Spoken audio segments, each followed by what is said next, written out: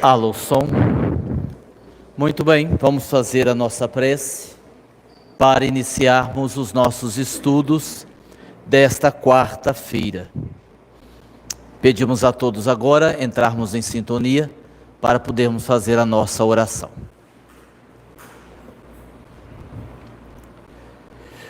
Procuremos relaxar um pouco, procuremos tranquilizar um pouquinho mais, lembrando que este preparo é necessário, porque toda atividade na casa espírita, ela não é composta apenas do aprendizado, mas de tratamentos.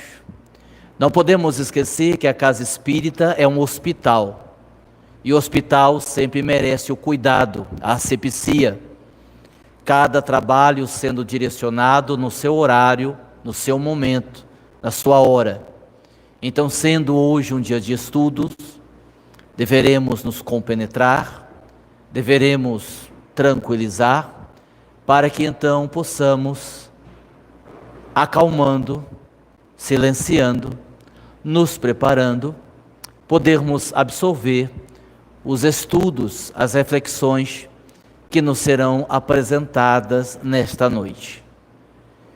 Então, a partir de agora, criemos mentalmente, intimamente, uma condição adequada para que toda a atividade seja desenvolvida. Respirando mais devagar, silenciando também o nosso mundo interior, vamos ajustando o nosso psiquismo, vamos ajustando a nossa vibração, para que tudo possa acontecer a contento. Isto.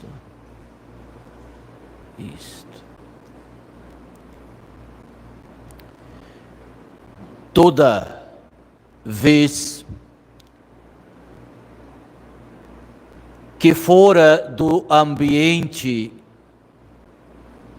habitual decidimos manifestarmos-nos, seja para uma orientação, seja para um trabalho específico, ou apenas uma conversa entre os vivos e os chamados mortos, necessitamos sempre da colaboração de todos, não apenas nas atividades ditas de cirurgia espiritual, não apenas nas sessões mediúnicas, onde naturalmente, pela própria finalidade da atividade, vamos guardando desde que chegamos à instituição a certa tranquilidade para que o trabalho seja feito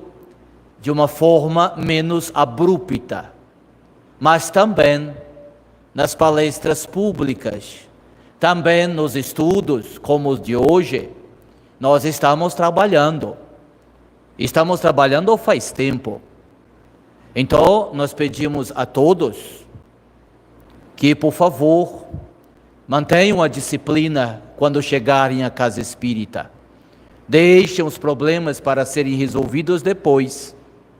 A alegria de reencontrar os amigos, a conversa sadia, ela é muito bem-vinda em todo o ambiente. Mas este ruído acaba atrapalhando muitas vezes o socorro espiritual que estamos fazendo. Eu sei que não é por mal, eu sei que às vezes na euforia do momento e na necessidade de uma conversa mais urgente, acabamos esquecendo de onde estamos e a nossa finalidade. Eu estou apenas fazendo esta lembrança, não para dar bronca em ninguém, mas para lembrar que mesmo nesta fase do ano, em que algumas atividades sofrem aí uma alteração, uma suspensão no calendário, por conta da comemoração de Natal, de Ano Novo, etc. A casa, a instituição, no seu ambiente espiritual, continua em pleno funcionamento. Se dependesse de nós espíritos, tão somente de nós, pediríamos que a casa ficasse aberta com todas as suas atividades. Mas compreendemos que até pela necessidade humana, dos descansos naturais, as viagens desta ou daquele trabalhador, isto torna-se inviável. Todavia, manteremos a nossa atividade, manteremos o nosso trabalho e estaremos canalizando as 2 semanas que não teremos a cirurgia na terça-feira, estaremos canalizando para o tratamento de domingo, fazendo um trabalho mais ostensivo, no qual não vamos parar, não vamos ter nenhuma paralisação. Então estaremos canalizando os trabalhos para esta direção. Isto acontece, meus irmãos, porque a necessidade, ela tem se apresentado não só urgente, mas eu posso dizer calamitosa.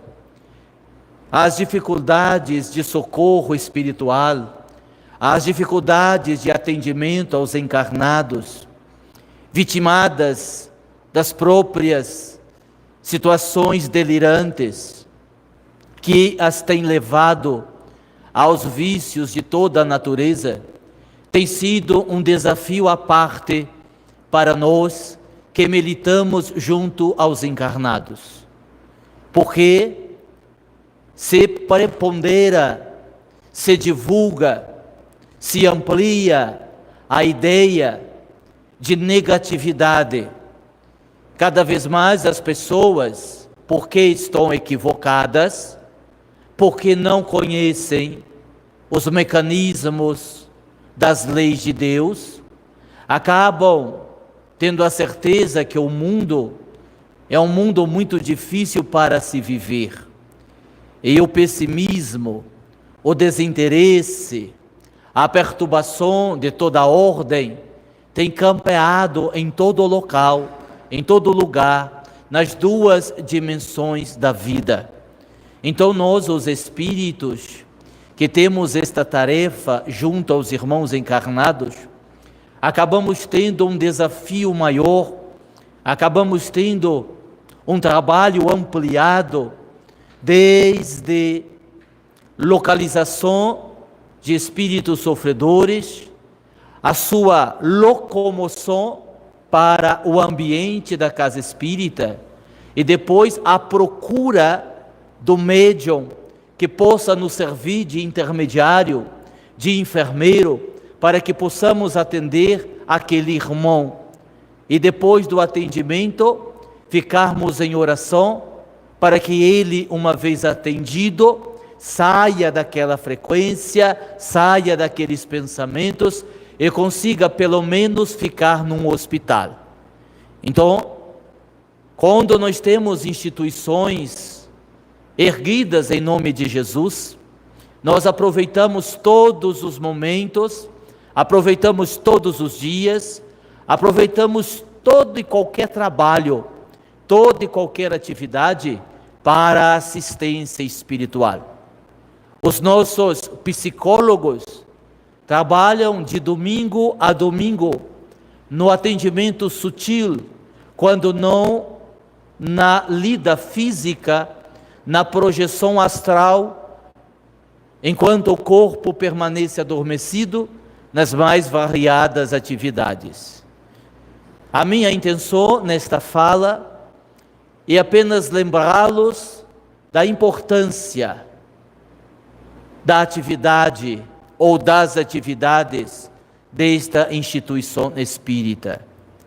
É dizer-lhes que em eventos como o IMPAMED, com as equipes que se juntam a nós, conseguimos fazer uma varredura, uma limpeza profunda, detalhada, no plano físico, no plano astral, não só de socorro, mas também de desarticulação de movimentos das trevas, no sentido de prejudicar os nossos irmãos de caminhada. Faço votos que este grupo permaneça cada vez mais unido.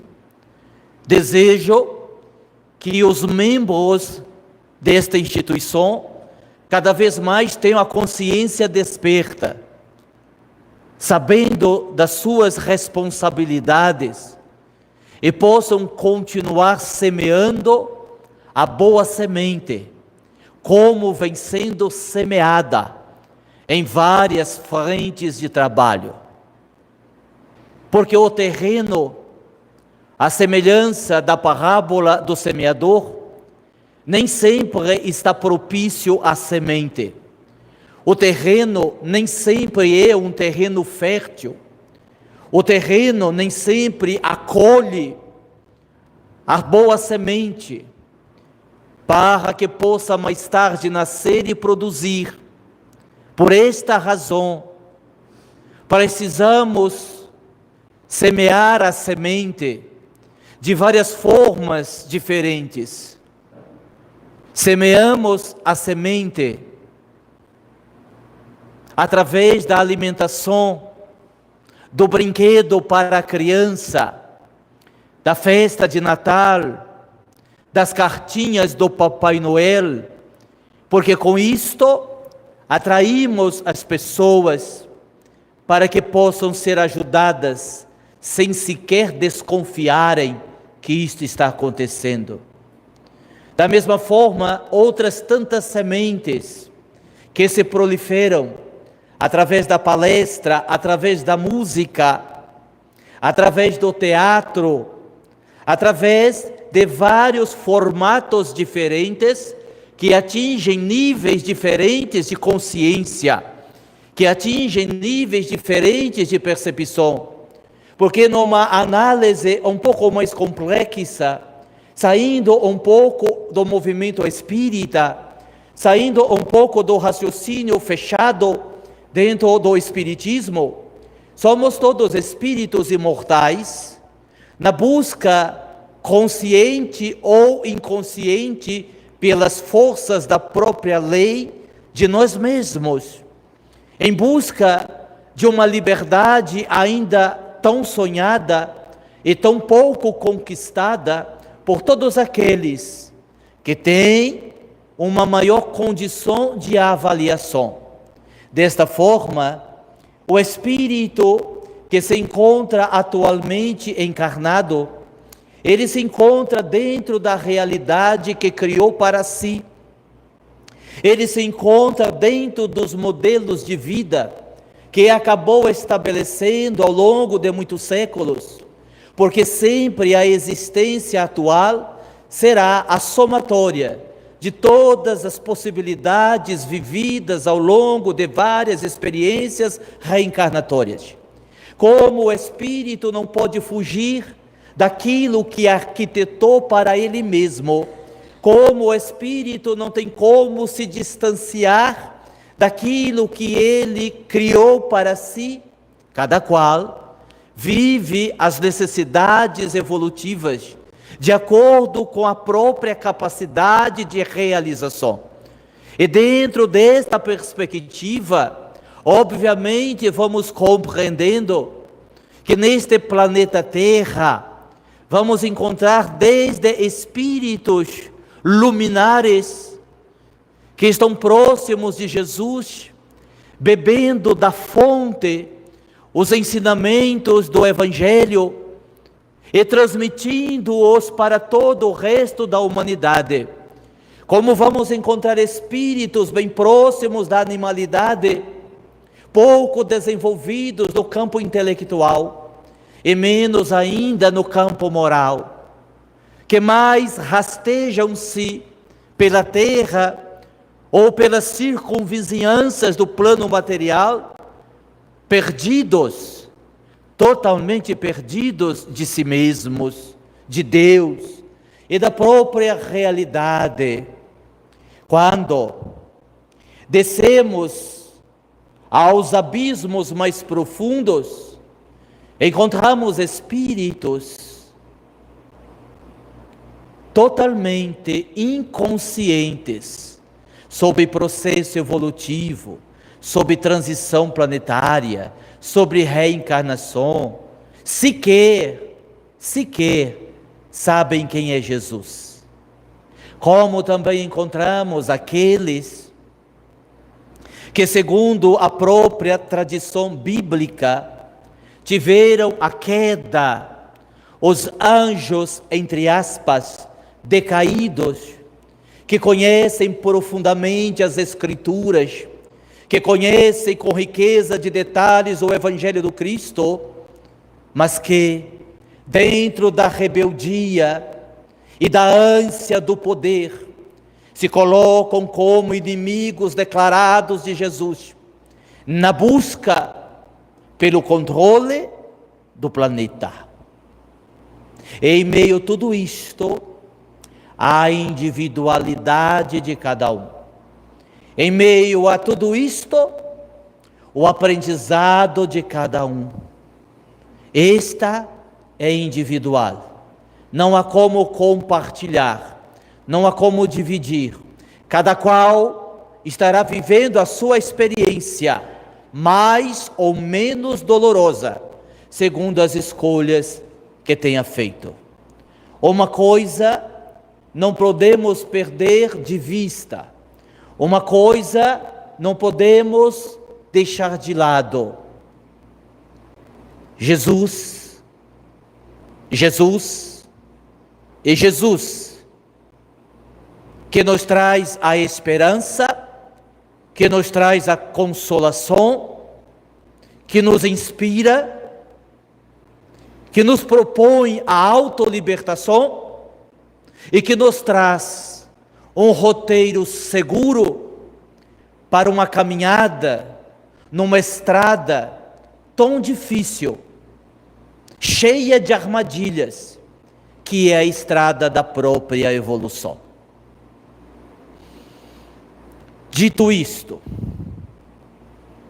que todos consigam, porque muitos não conseguem, que todos consigam um real aproveitamento da própria existência, que todos consigam valorizar este período curto de uma encarnação, sabendo que uma encarnação custa muito caro, sabendo que uma vez desencarnado, a programação de uma nova existência é demorada, complexa, delicada, sabendo que diante de todas as ferramentas que nos foram dadas para que possamos utilizá-las, mais tarde, ainda que tenhamos uma nova oportunidade, talvez não tenhamos mais as ferramentas. As ferramentas das mãos que podem socorrer, dos olhos que podem ver, dos ouvidos que podem ouvir os lamentos para mais tarde consolar, as ferramentas, o movimento das pernas para caminhar até quem precisa, as ferramentas, a inteligência, uma mente lúcida, capaz de interpretar o problema do outro e conseguir trazer uma mensagem educativa, elucidativa e consoladora. As ferramentas da boca que fala são ferramentas à disposição. E em última análise, agora voltando a falar para nós, espíritas, a ferramenta do conhecimento espírita, a ferramenta que nos mostra que o processo evolutivo é uma lei espiritual e que dela não escapamos, fazemos parte. Então, é melhor tomarmos consciência para uma evolução mais reta e consciente do que evoluirmos pelas forças das circunstâncias. Sentamos a paz que a equipe espiritual traz para todos neste momento. Sintamos a energia que é movimentada no salão e que mais tarde será reverberada para todos aqueles que estiverem assistindo pelo canal.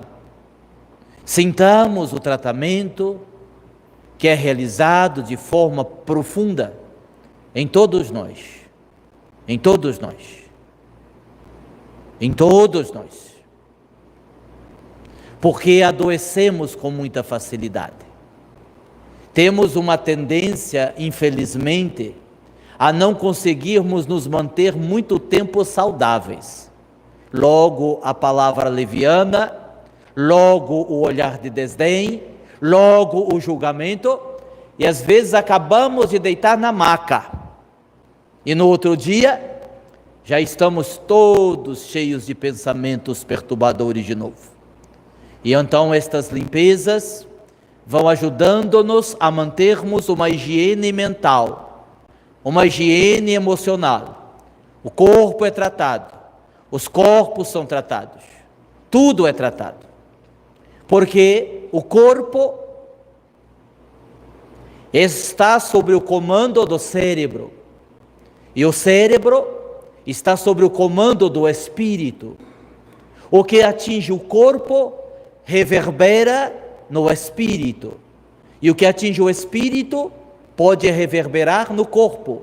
Então, quando falamos de tratamento, tratamos tudo: as energias, as condições espirituais, os emocionais de vocês todos. Quantas dores vocês têm aí, nessa carcaça que às vezes não é tão velha, está mal cuidada. E está mal cuidada mesmo, mal cuidada com a alimentação, mal cuidada com a falta de exercício, mal cuidada com o consumo exagerado de comida que não faz bem. Essa carcaça que acaba sendo também afetada por outro tipo de alimentação, a alimentação mental, dos vícios do Facebook, dos Instagrams, dos TikToks que vocês adoram e ficam ali mergulhados horas em vez de ler um livro e educar a mente e adquirir conhecimento. Isso afeta o cérebro, afeta a coluna, afeta o pescoço. Os nossos jovens de hoje serão todos idosos com problema na cervical. Os nossos jovens de hoje serão todos idosos com problema na visão. Hábitos nocivos, vícios, que vão nos adoecendo, Alguns vícios parecem inofensivos. Que pode ter de tão grave eu ficar em casa vendo TV e não ir no centro hoje? Eu não tenho o direito de descansar mais do que já descansou esses séculos todos? E quando não estava descansando, estava criando problema para os outros. E agora, você se acha realmente no direito de descansar porque fez meia dúzia de caridade? Você acha realmente no direito de descansar porque na sua cabeça trabalhou um pouco mais? E aí você descansa, o corpo se habitua ao descanso, enferruja a alma, enferruja o espírito. A vida é de movimento. Se você levantar em pé, e aqui nós vamos respeitar a idade de cada um, para não dizer que estamos sendo muito exigentes, deixando de lado os mais idosos, que é compreensível que não consigam. Se você ficar de pé, esticando os seus braços, sem dobrar os seus joelhos, não tocar os seus pés, É porque você está enferrujado. É porque você não tem alongamento algum. É porque o seu corpo não tem mais a mobilidade. E eu estou falando de uma coisa física, que pode não parecer importante agora, mas quando você tiver mais idade, você não consegue ir no banheiro sozinho. Porque o corpo de tal forma acomodou-se, que nada mais ou quase nada você consegue fazer. Imagina sob o ponto de vista espiritual. Se você se habitua à preguiça, se você se habitua ao descanso interminável, se você se acomoda no sofá, e tem sofá que tem até o formato do corpo da pessoa, porque a pessoa deita tanto naquele lugar, sempre do mesmo jeito, que se você olhar qualquer hora do dia, dá a impressão que ela está lá, porque o espírito fica, só sai o corpo. Então, o que é que nós fazemos, doutor Cláudio? E vocês querem que eu ainda diga mais do que eu já disse? Mais do que eu falei? Então, o que eu digo? Vamos despertar para o bem, vamos despertar para o amor, vamos fazer um pouquinho mais, vamos nos esforçar, vamos querer, vamos saber querer. O que é que você quer da vida? O que é que você está buscando na vida? Agora não estou mais falando de trabalho, Agora não estou mais falando de trabalho, não estou mais falando de caridade. Já passamos para outro tópico. Já vira a página do livro. Já estamos falando de outro tópico. O que você quer? Você quer curar mesmo? Você quer evoluir mesmo? O que é que você quer? Você sabe o que você quer? Você sabe o que você não quer? Ou você sabe o que você não deve querer? Você sabe o que você deve querer? Ou querer? Porque quando nós dizemos assim, eu sei o que eu quero evoluir. Sim, mas isso é muito vago. Vocês hão de concordar comigo que existe aí uma intencionalidade, um propósito. Eu quero evoluir. Porém, existem os meandros, existem as articulações, as estratégias que fazem toda a diferença. Tanto é verdade que boa parte das pessoas erram tentando acertar, caem tentando subir, se perdem em meio a trabalhos espirituais. Muito bem, o meu tempo se esgotou, espero que a minha fala tenha ajudado em alguma coisa. Pelo menos serviu para fazer silêncio, já é alguma coisa. Espero que todos tenham uma consciência da nossa responsabilidade, que não é pouca, que é muita, e que todos podem ajudar. Todos podem ajudar. E é todos mesmo. Se vocês tivessem a lembrança de como é o trabalho espiritual, quando estão desdobrados do corpo físico, na erraticidade, vocês ficariam impressionados de ver quais pessoas estão trabalhando, que vocês nem fazem ideia, e estão ajudando. Muito bem, que o estudo continue e que todos fiquem em paz.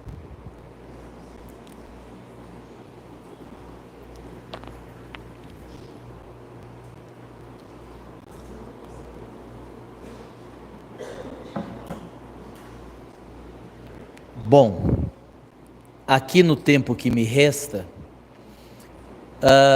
nós preparamos um tema hoje, ainda relacionado ao livro do Sr. José de Moraes. No último domingo, pegamos um capítulo no qual o instrutor espiritual, o capítulo do livro Os Chamados e os Escolhidos, no qual José de Moraes fala sobre projeto reencarnatório. Fizemos essa apresentação na live de domingo, para aqueles que assistiram.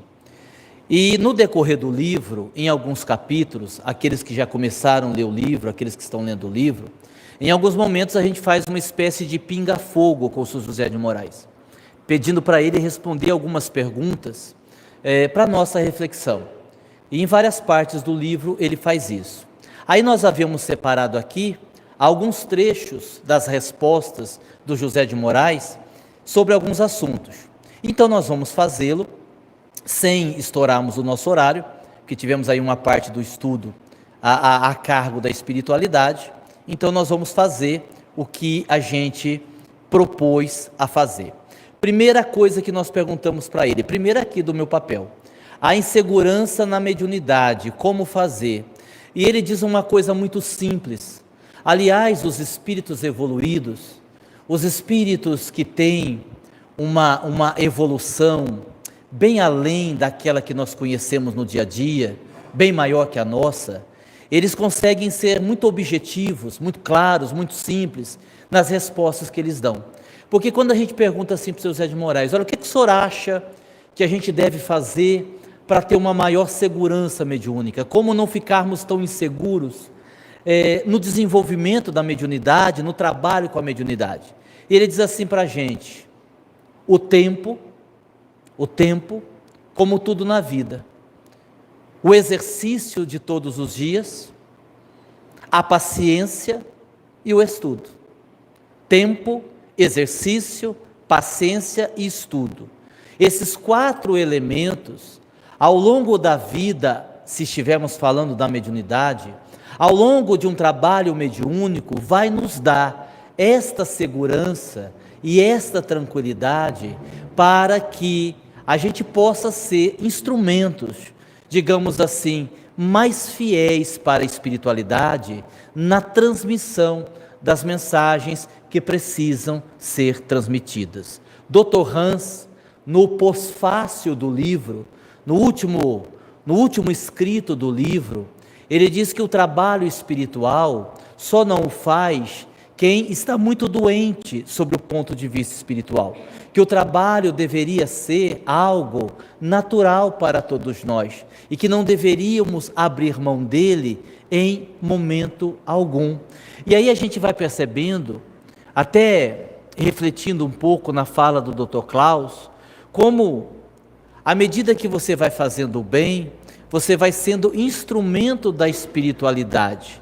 E aí você se transformando em instrumento da espiritualidade, você vai ampliando aquelas possibilidades de trabalho, de ajuda e tudo mais. Às vezes, a gente se depara com situações muito delicadas, muito difíceis, até para você ajudar. Tem gente que você olha e diz assim, rapaz, dá para ajudar, mas vai dar muito trabalho. Aqui, é casca grossa, nem sei se vai valer a pena. E de repente, na sua insistência, na sua boa vontade, mesmo diante da dificuldade, daqui a pouco aquela pessoa tem uma outra percepção. Daqui a pouco aquela pessoa, ela tem um outro entendimento.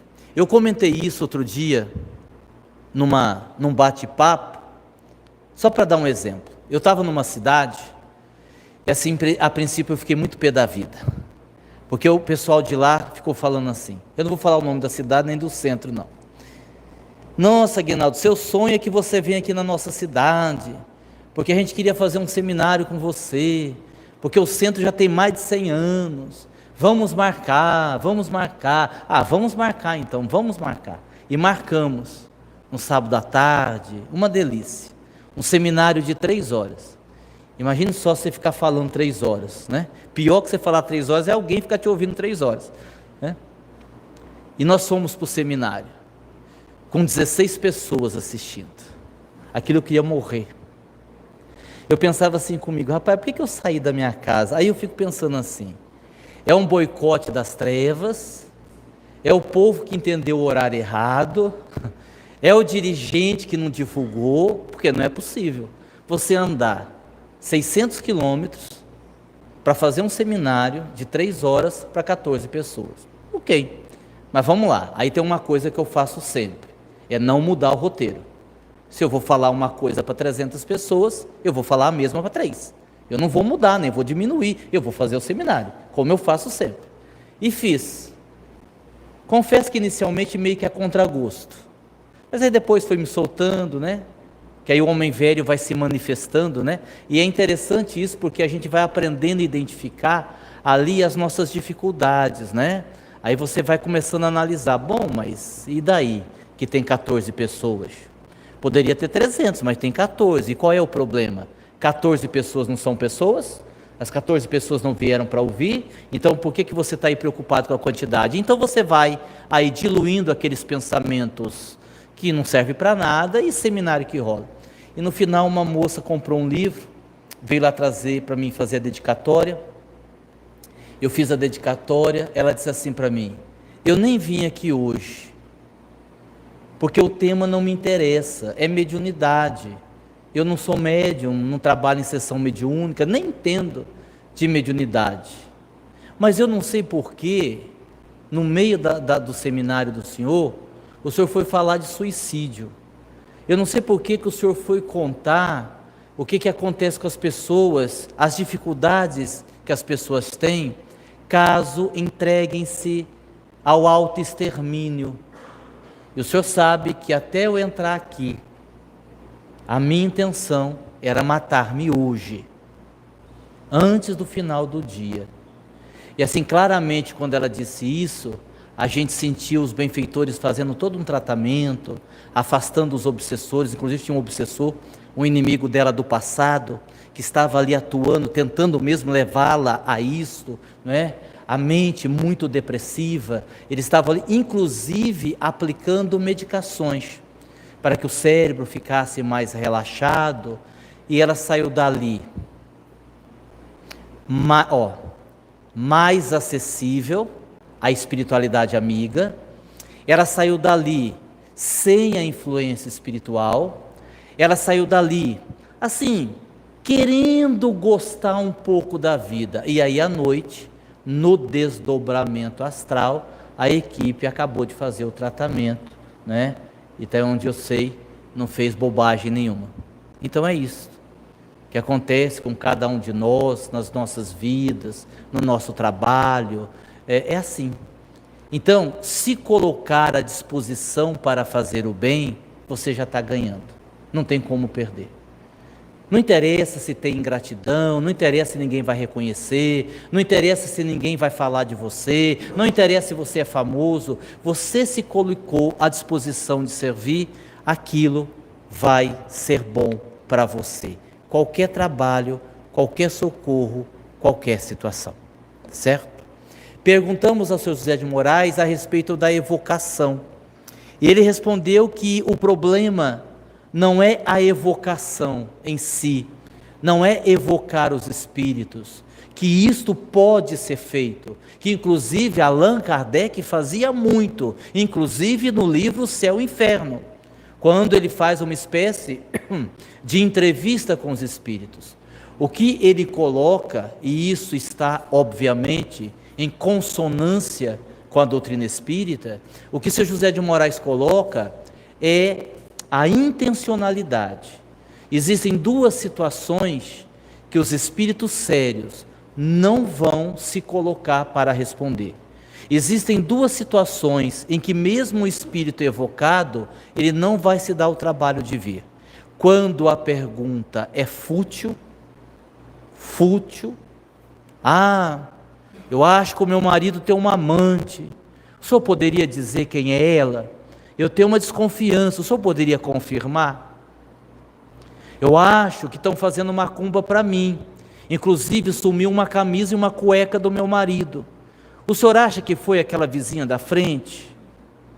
Fútil.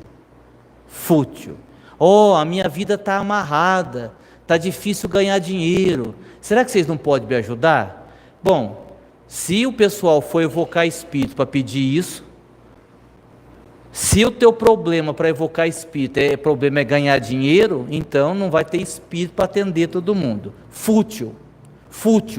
Ou quando a pergunta tem um caráter em que a pessoa quer fazer um menor esforço. Ah, eu queria perguntar alguma coisa para o espírito. Pode perguntar. O que é mediunidade? Como lidar com a obsessão? Essa é uma pergunta típica de quem não quer pegar um livro para ler. Essa é a pergunta típica de quem não quer frequentar um estudo doutrinário. E também nessa situação em que o espírito percebe que não há a intenção da pessoa fazer o esforço, ela não diz. Nesse sentido, com todo respeito, às vezes os benfeitores são terríveis, porque às vezes eu estou psicografando um livro e o espírito, a depender de quem é o espírito, a depender do espírito, ele diz assim: isso que estamos escrevendo tem uma referência que você pode usar, ou como exemplo, ou no rodapé. É mesmo, onde está? Ah, lá em André Luiz, no livro Nos Domínios da Mediunidade. Pô, que legal. E está onde? No livro. Sim, mas no começo, mas no fim, está no livro. Assim, se o senhor me der o capítulo, já ajuda bastante. Está no livro. Vamos ler o livro. Vamos pesquisar o livro. Por quê? Porque eles querem que a gente faça a busca. Eles querem que a gente leia, que a gente conheça. Quando, por exemplo, Aulus, José Lázaro, Dr. Fred, em particular esses três, querem escrever algum capítulo que foge um pouco do nosso conhecimento habitual, recomendação: leia livros que falem sobre isto, intere-se do assunto, verifique como era no passado e depois então nós escrevemos. Porque aí você tem uma bagagem histórica de conhecimento para que você possa oferecer para o espírito, para que ele possa escrever. Porque as obras psicografadas também têm influência cultural. Tem gente que diz assim: ah, mas Allan Kardec era sisudo. Todas as fotos de Kardec, não tem uma foto que ele está rindo. O cara era bravo. Era da época. Naquela época, onde Kardec viveu, o homem era assim, ele era sisudo. Não tinha aquela coisa do homem brincar, do homem sorrir. Por isso que toda a foto de Allan Kardec, a gente vai ver ele assim. Mas ele não era esse homem bravo. Porque existem cartas, inclusive, que ele enviava a Amélie Gabrielle Boudet. Para quem não sabe, Amélie Gabrielle Boudet era a esposa de Allan Kardec, com carícias, elogiando, usando palavras de amor, demonstrando que ele era um homem muito sensível. Mas a influência da época, a cultura da época influenciava. Então a gente tem que ter esse conhecimento para que quando você produz uma obra, não exista ali, e pode acontecer, se você não fizer um romance, por exemplo. Você pega um romance, imagina que seja um romance histórico. Se você não fizer uma pesquisa, você pode cometer erros históricos. Você pode ali, ah, mas o espírito não sabe? A gente sabe que espírito sabe, de forma limitada. E os espíritos também podem não saber. Também podem ter a necessidade de pesquisar. Podem precisar da ajuda de outros espíritos. Então é assim que funciona. Tá certo? Eu não ia falar isso não, mas eu vou falar.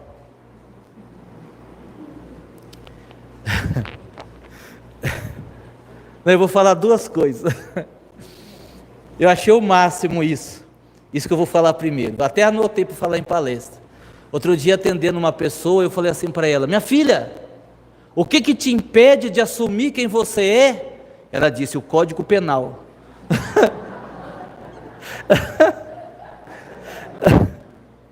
E aí, uma pessoa comentou comigo, que eu não vou dar o nome, né, que a dificuldade lá que o Tim Maia teve para falar no nosso evento foi um processo kármico das vezes que ele recebeu e não foi no show.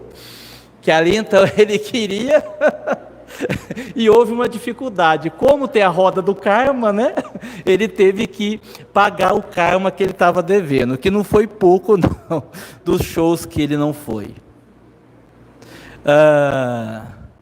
Olha que legal, uma outra pergunta que a gente faz, essa aqui eu não vou nem explicar.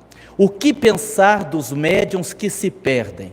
Resposta dele: vamos trocar o verbo, em vez de pensar, vamos orar. Vamos orar. Essa ele é curto, não é grosso, mas ele é direto. Em vez de pensar, fica pensando, julgando, avaliando, se perdeu, você sabe que se perdeu, faça lá uma prece, mude o verbo, vá orar, que aí você vai estar ajudando. Perguntamos a ele: mediunidade só no centro? E ele responde: se for ostensiva, sim, porque é um critério de segurança.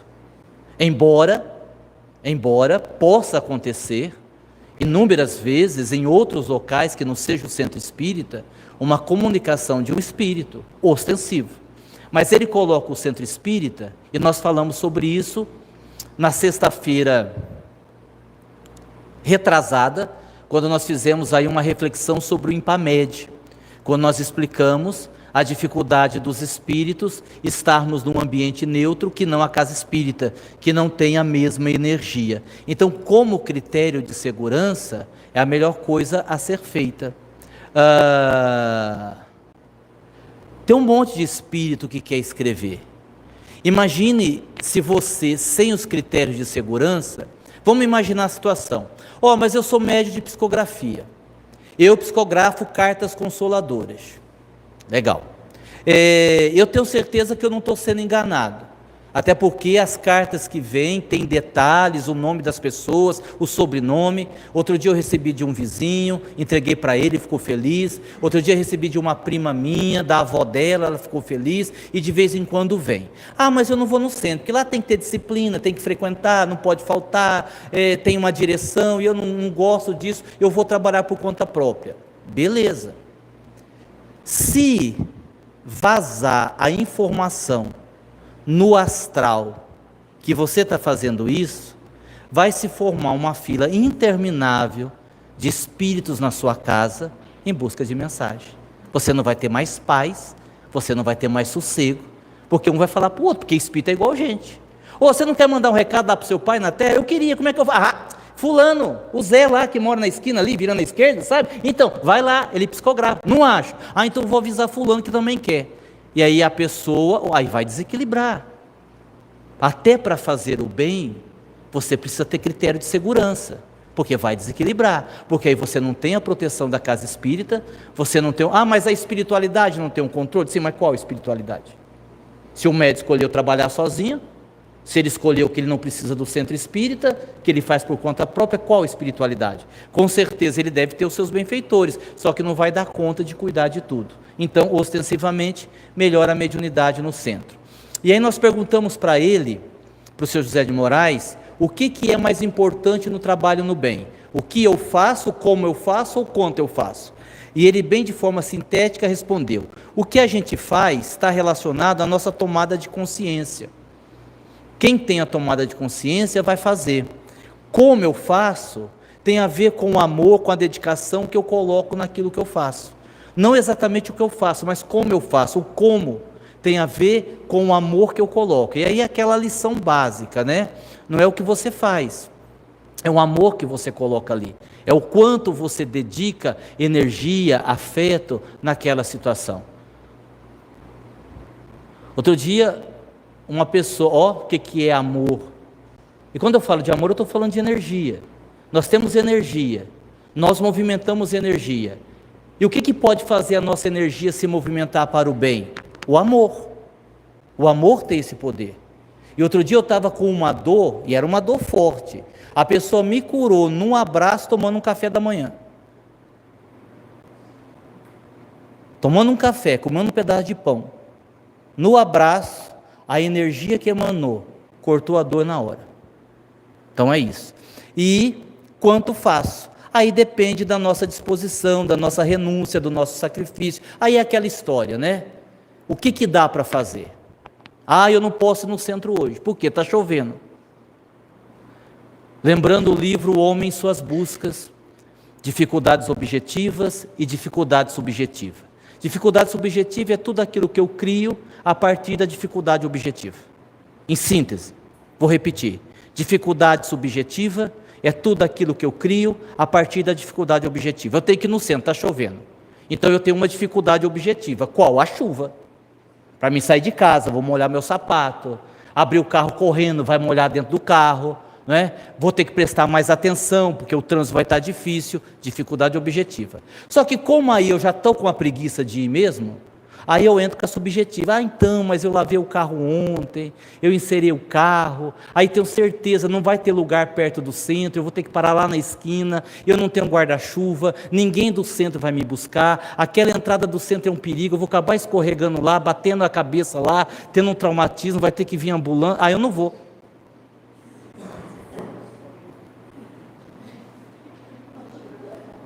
Não é assim? Ah, pô, eu queria ir lá ajudar de domingo. Domingo tem sessão mediúnica, tem a live. O Klaus faz a live, depois tem sessão, eles pedem médico de doutrinador. Ah, mas não dá, é uma dificuldade danada, porque é domingo. Porque tem o Fantástico, tem a Netflix, porque domingo é um dia de você não fazer nada. Porque no outro dia é segunda-feira, você já pensou, como é que eu vou lá no domingo ajudar, se eu tenho que encarar a segunda-feira depois? Tudo dificuldade subjetiva. E é assim que acontece conosco. Aí é um problema, porque nós mesmos vamos nos limitando, ok? Vou encerrar, vou pular todo o resto e vou encerrar. Quando eu perguntei a ele se nós somos mais homens velhos ou homens novos, o que tem mais em nós? E aí eu não vou dar a resposta dele não, aí eu vou para a minha resposta mesmo, que foi algo que eu pontuei lá no Impamed. Eu havia falado isso também em Feira de Santana, e eu achei muito interessante a pergunta, porque até eu fiz esse desafio para algumas pessoas. Paulo, diante de Jesus, perguntou: que queres que eu faça? E eu queria perguntar isso a vocês. Se vocês pudessem ficar diante de Jesus, observe, o problema não é a pergunta, mas a possível resposta.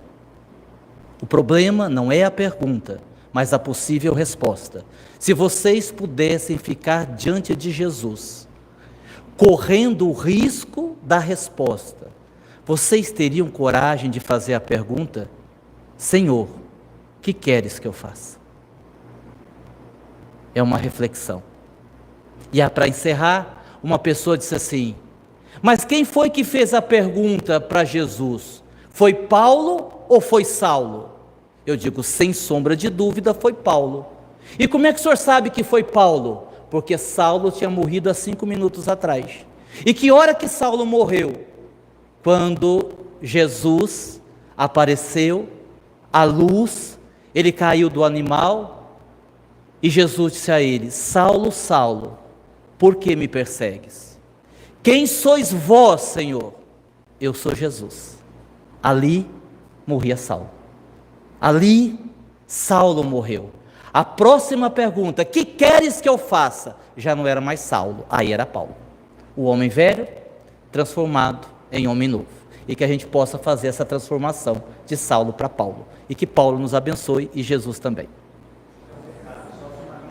Pois não, vou finalizar a transmissão. Aos amigos da internet, muito obrigado. Estão me pedindo aqui para dar um recado que eu vou fazê-lo. Muita paz.